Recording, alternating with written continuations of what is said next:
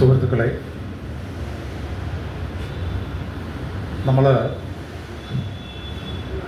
ഇന്നിപ്പോൾ ഇത്തരത്തിൽ ഒരു കൺവെൻഷൻ, പ്രതിഷേധ സംഗമം എന്ന പേരിൽ വിളിച്ചു ചേർത്തതിൻ്റെ പ്രാധാന്യമെന്ത്? ഇത് വളരെ ദീർഘമായ രീതിയിൽ സംസാരിക്കേണ്ട, വിശദീകരിക്കപ്പെടേണ്ട ഒരു വിഷയമാണ്. തീർച്ചയായും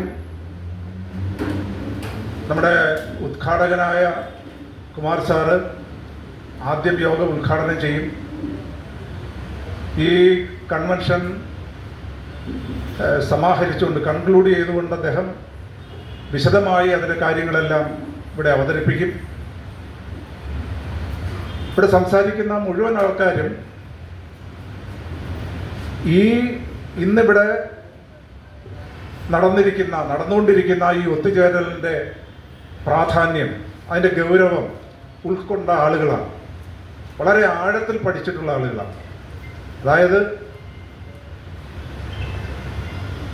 2002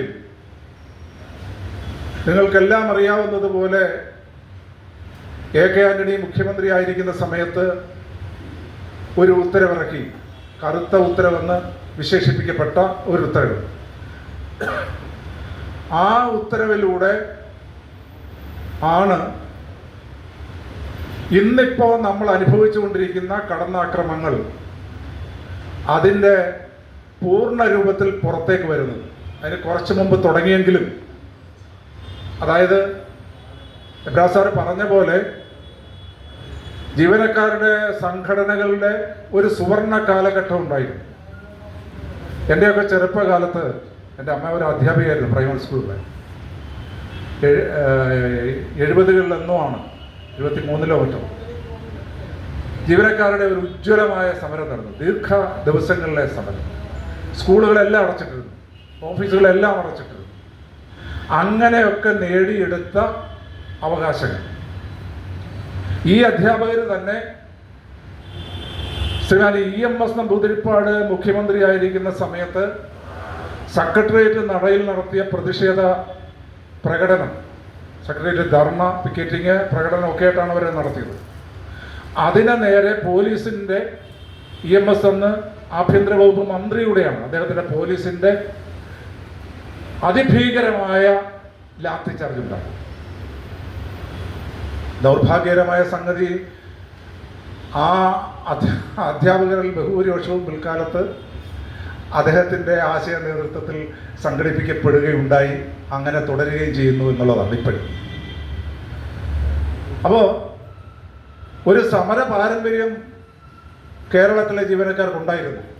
മറ്റ് സംസ്ഥാനങ്ങളിലെ ജീവനക്കാർക്ക് കൂടെ മാതൃകയായിട്ടുള്ള വിഷയമാണ്. ഇന്നിപ്പോൾ നമ്മളോടൊപ്പം ഞാനിവിടെ വന്നപ്പോൾ ആദ്യമായി കാണുകയാണ്. കുറച്ച് അധ്യാപക സുഹൃത്തുക്കളുണ്ട്. ഞാൻ വിദ്യാഭ്യാസ വകുപ്പിൽ ജോലി ചെയ്ത ഒരാളാണ്. അതുകൊണ്ട് അവരുടെ പ്രശ്നങ്ങൾ പെട്ടെന്ന് മനസ്സിലാവുന്നത്. ഞാൻ ജോലി നോക്കുന്ന സമയത്ത് ഈ ബ്രോക്കൺ പീരീഡ്, അതിനിടെയുള്ള ഗ്യാപ്പ്, അത് കൺട്രോൾ ചെയ്ത് റെഗുലറൈസ് ചെയ്ത് കൊടുത്തിട്ട് അതും കൂടെ ഗ്രേഡിന്, പെൻഷന്, എല്ലാ ആനുകൂല്യങ്ങൾക്കും എടുക്കുന്ന ഒരവസ്ഥ ഉണ്ടായിരുന്നു. പക്ഷേ ഇപ്പോഴോ വളരെ ദുഃഖിതരായി അവർ നമ്മളോടൊപ്പം ചേർന്നിരിക്കുകയാണ്. 8ഉം 10ഉം വർഷമാണ് പലരും ജോലി ചെയ്തിട്ടുള്ളത്. അതാണ് ഖേദകരമായ അവസ്ഥ. അവരിൽ ഒരാൾ അത് കുറച്ച് ഭംഗിയായിട്ട് ഇവിടെ അവതരിപ്പിക്കുക അവരുടെ പ്രശ്നങ്ങൾ. അതുകൊണ്ട് ഞാൻ കൂടുതൽ വിശദീകരിക്കുകയില്ല. അപ്പോൾ എന്തുകൊണ്ട് ഇത് ഇല്ലായ്മ ചെയ്യപ്പെട്ടു? ഇപ്പോൾ എന്നെപ്പോലെ മുതിർന്ന ഒരു വ്യക്തിക്ക്, സർവീസിൽ നിന്ന് പുറത്തുപോയ ഇത്രയും പ്രായമുള്ള ഒരാളിന് അത്ഭുതകരമായി തോന്നുന്നൊരു വിഷയമാണ്. വളരെ നിസ്സാരമായി അവർ അനുഭവിച്ചു കൊണ്ടിരുന്ന ജീവശ്വാസം പോലെ, ദിവസേന കഴിക്കുന്ന ഭക്ഷണം പോലെ അവരനുഭവിച്ചു കൊണ്ടിരുന്ന ഒരു ആനുകൂല്യം 2018 എടുത്ത് കളയപ്പെട്ടിരിക്കുന്നു. ഇതെല്ലാം എന്താണ് സൂചിപ്പിക്കുന്നത്? 2002 കറുത്ത ഉത്തരവ്, അതിനു മുമ്പ് ഒരു ഭരണപരിഷ്കാര കമ്മീഷൻ വെച്ചിരുന്നു നായനാർ മന്ത്രിസഭയുടെ കാലത്ത്. അതിൻ്റെ ശുപാർശകൾ, പിന്നെ ഈ 2002 കറുത്ത ഉത്തരവും അതിനെ തുടർന്ന് നടന്ന പ്രക്ഷോഭവും ആ കാലയളവിൽ JP കേരളത്തിലില്ല, ഞങ്ങൾ പ്രവർത്തിക്കുന്നില്ല. പക്ഷേ എനിക്ക് നമ്മുടെ ഇപ്പോഴത്തെ ഡെപ്യൂട്ടി സെക്രട്ടറി ആയിരിക്കുന്ന കുമാർ സാറുമായി വളരെ അടുത്ത ആത്മബന്ധമുണ്ടായിരുന്നു. നിരന്തരം ഫോണിലൂടെ, അന്ന് ഫോൺ കുറവാണെങ്കിലും കൂടിക്കാഴ്ചകളിലൊക്കെ ജീവനക്കാരുടെ പ്രശ്നങ്ങൾ സംസാരിക്കുമായിരുന്നു. അപ്പോൾ അദ്ദേഹം എപ്പോഴും ഓർമ്മിപ്പിക്കുന്ന ഒരു പേരുണ്ട്. ഈ 2002 കറുത്ത ഉത്തരവിൻ്റെ കാലത്തും അദ്ദേഹം പല പ്രാവശ്യം ഞങ്ങളുടെ ഒത്തുചേരലിലൊക്കെ സംസാരിക്കുന്ന, ഓർമ്മപ്പെടുത്തുന്ന ഒരു പേര് KM അബ്രഹാം. ഒരു ഭീകര, ഞാൻ ഒരിക്കലും കണ്ടിട്ടില്ലെങ്കിലും കേരളത്തിൻ്റെ ചീഫ് സെക്രട്ടറി ആയിരുന്നു. ഈ 2002 കറുത്ത ഉത്തരവിൻ്റെ ശില്പിയായിരുന്നു. എപ്പോഴും പെൻഷനായതിന് ശേഷം കാര്യങ്ങളെല്ലാം നിയന്ത്രിച്ചു കൊണ്ടിരിക്കുന്ന, നമുക്കെതിരെയുള്ള നടപടികൾ, അതിൻ്റെ എല്ലാം ചരടുവലികൾ നിയന്ത്രിച്ചു കൊണ്ടിരിക്കുന്ന, പരിഹാസ രൂപത്തിൽ പറഞ്ഞാൽ മഹത് വ്യക്തിയാണ് ഈ മനുഷ്യൻ. അപ്പൊ ഇത് ഒരു വ്യക്തിയുടെ പ്രശ്നമല്ല, ഇയാൾ തന്നെ ഇങ്ങനെ നടത്തിക്കൂട്ടുന്ന കാര്യമല്ല. ലോക സാഹചര്യങ്ങളിൽ വന്ന മാറ്റം, ആഗോളവൽക്കരണ നടപടികളിലൂടെ ഇന്ത്യയിലേക്ക്, കേരളത്തിലേക്ക് പ്രത്യേകിച്ച് വന്നുകൊണ്ടിരുന്ന മാറ്റം, ആ മാറ്റം സ്ഥിര തൊഴിൽ ചെയ്തിരുന്ന എല്ലാ വിഭാഗം തൊഴിലാളികളെയും, അല്ലെങ്കിൽ തൊഴിൽ പ്രതീക്ഷിച്ച് ജീവിക്കുന്ന ആളുകളെയും അങ്ങേയറ്റം ദുഃഖത്തിലാഴ്ത്തിക്കൊണ്ട്, അവരുടെ എല്ലാ പ്രതീക്ഷകളും നശിപ്പിച്ചുകൊണ്ട് മുമ്പോട്ട് പോകുന്ന നടപടിയാണ് നമ്മൾ കണ്ടത്. ഈ 2002 പോലും, 2002 ഉത്തരവിൽ സൂചനയുണ്ട് DA തടഞ്ഞു വെക്കുന്നതിനെ കുറിച്ച്. പക്ഷെ ആ 2002 പോലും ഇങ്ങനെ ഒരു സംഭവം ഉണ്ടാകുമെന്ന് നമുക്കാർക്കും പ്രതീക്ഷയില്ല. ഇന്നിപ്പോൾ എത്ര അനായാസമായിട്ടാണ് 5 കൊല്ലത്തെ DA നമ്മുടെ ഇന്ന് കവർന്നെടുത്തത്. ഒരു ഇടത്തരം ജീവനക്കാരൻ, ഞാൻ പെൻഷൻകാരനാണ്, ഇതൊന്നും അങ്ങനെ കണക്ക് കൂട്ടി നോക്കിയിട്ടില്ല കൃത്യമായി. പക്ഷെ ഒരു ഇടത്തരം ജീവനക്കാരൻ എന്നോട് പറഞ്ഞത് 5 ലക്ഷം രൂപയാണ്, ഇപ്പം DA പ്രഖ്യാപിച്ചു, 5 ലക്ഷം രൂപയാണ് എൻ്റെ കയ്യിൽ നിന്ന് ഗവൺമെൻറ് പിടിച്ചെടുത്തിരിക്കുന്നത്. ഇത് 10 കൊല്ലത്തിന് മുമ്പ് നമുക്ക് സങ്കല്പിക്കാൻ പറ്റില്ല. എന്നതിനല്ല, ശരിക്ക് പച്ചയായി പറഞ്ഞാൽ ഇത്തരത്തിലൊരു തൊഴിലാളി വർഗ സർക്കാർ അധികാരത്തിലില്ലായിരുന്നുവെങ്കിൽ ഒരിക്കലും പറ്റില്ലായിരുന്നു. അതാണ് അവസ്ഥ. ഞാൻ കൂടുതൽ ദീർഘിപ്പിക്കുകയല്ല. അപ്പം കാര്യങ്ങൾ നേരെ തിരിഞ്ഞു വന്നിരിക്കുന്നു. ഭൂഗോളം തിരിയുന്ന പോലെ 360 ഡിഗ്രി തിരിഞ്ഞ് വന്നിരിക്കുന്നു.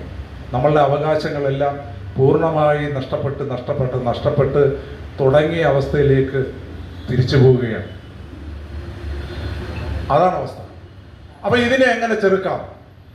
അതാണ് നമ്മൾ കുറച്ച് പേര് ഈ ഒരു പ്രസ്ഥാനത്തിൻ്റെ കുടക്കീഴിൽ ആലോചിച്ചുകൊണ്ടിരിക്കുന്നു. കുറച്ച് നാളായി നമ്മൾ ആലോചിക്കുന്നു, ഒത്തുചേരുന്നു, ഇതുപോലെയുള്ള മീറ്റിങ്ങുകൾ നടത്തുന്നു, ഓൺലൈൻ മീറ്റിങ്ങുകൾ നടത്തുന്നു.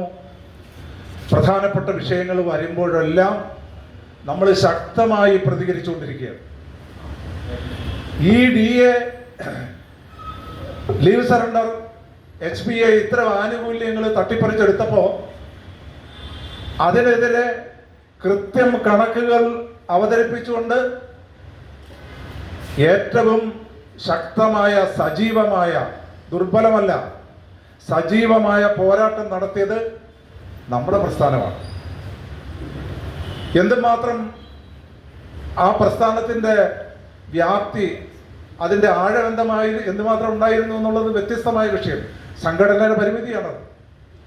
അപ്പോൾ ആ പരിമിതിയുടെ പരിഹരിച്ചുകൊണ്ട് നമുക്ക് മുമ്പോട്ട് പോകാൻ കഴിയണം. പെൻഷൻ നഷ്ടപ്പെടുന്നതിനെ കുറിച്ച് നമ്മൾ ചിന്തിച്ചിരുന്നില്ല. ഇന്നിപ്പോൾ 2014 ആയപ്പോൾ പെൻഷൻ നഷ്ടപ്പെട്ടു. നമ്മളുടെ ആദ്യത്തെ കൺവെൻഷൻ, JPയുടെ ആദ്യത്തെ കൺവെൻഷൻ നടക്കുന്നത് ഈ എറണാകുളത്ത് വെച്ചാണ്, അയ്യപ്പൻകാവിൽ. അന്ന് ചർച്ച ചെയ്ത ആളുകൾ, ഇതിൽ കൂടുതൽ ആളുകളൊന്നും ഉണ്ടായിരുന്നു. ചർച്ചയിൽ പങ്കെടുത്ത ആളുകൾ ഒരു മുന്നറിയിപ്പ് തന്നിരുന്നു. ഇന്നിപ്പോൾ സ്റ്റാറ്റ്യൂട്ടറി പെൻഷൻ കീഴിൽ സന്തോഷമായി പെൻഷൻ വാങ്ങിച്ചുകൊണ്ട് പോകുന്ന ആൾക്കാർക്കും നാളെ അവരുടെ പെൻഷൻ നഷ്ടപ്പെടുന്ന അവസ്ഥയുണ്ട് എന്ന് ചൂണ്ടിക്കാട്ടിയിരുന്നതാണ്. അതപ്പോൾ നമ്മൾ പങ്കെടുത്തിരുന്ന ആളുകൾ പോലും കുറച്ച് ലാഘവത്തോടെയാണ് അത് കണ്ടിരുന്നത്. പക്ഷെ നിങ്ങളൊന്ന് ചിന്തിച്ചു നോക്കി, ഇപ്പോൾ ഈ വർഷം പെൻഷനായ ആളുകൾ, അധ്യാപകരായാലും ജീവനക്കാരായാലും, അവരുടെ ഗ്രാറ്റുവിറ്റിയിൽ കുറവ് വരുമോ? കുറവ് വരുമോ? ചർച്ച നടന്നുകൊണ്ടിരിക്കുകയാണ്. തീർച്ചയായിട്ടും കുറവ് വരും. കാരണം ഈ പുതിയ DA ഇപ്പൊ പ്രഖ്യാപിച്ച 13-14% DA, ആ DAയുടെ എഫക്റ്റ് എന്ന് തൊട്ടാണ്? മാർച്ച് തൊട്ടേ ഉള്ളൂ. പല ആളുകളും മാർച്ചിലാണ് പെൻഷനായത്. പെൻഷൻ കണക്കൂട്ടുന്നത് എങ്ങനെയാണ്? കഴിഞ്ഞ 6 മാസത്തെ തുകയുടെ ആകെ തുകയാണ് DA HRA. അപ്പൊ അവിടെ വന്ന DAയുടെ കുറവ്, ആ കുറവ് അവരുടെ ഗ്രാറ്റുവിറ്റിയിലെയും പെൻഷനിലും നിഴലിക്കില്ലേ? അപ്പോ ഈ 2 വർഷം മുമ്പ് നടന്ന കൺവെൻഷനിലെ സൂചന ഇന്നിപ്പം നമ്മുടെ മുമ്പിൽ യാഥാർത്ഥ്യമായി.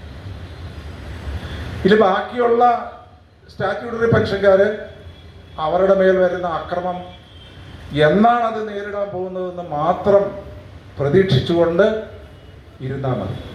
പക്ഷെ പ്രതീക്ഷയോടെ ഇരുന്നാൽ അത് എപ്പോഴും സംഭവിക്കാം. മഴ പെയ്യുന്ന പോലെ എപ്പോഴും സംഭവിക്കാം.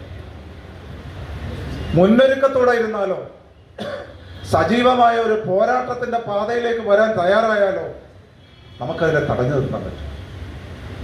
നമുക്ക് നമ്മുടെ ചുറ്റുപാടുമുള്ള, നമ്മുടെ പരിചയത്തിലുള്ള, നമ്മുടെ സ്വാധീനത്തിലുള്ള മുഴുവൻ ജീവനക്കാരെയും അധ്യാപകരെയും കോർത്തിണക്കാൻ ഇതിപ്പോൾ വളരെ ആധുനികമായ ക്രമീകരണങ്ങളൊക്കെ നമ്മുടെ കൈവച്ചിരിക്കുകയാണ്. ഫോണുകളുടെ സൗകര്യം വളരെ വലുതാണ്.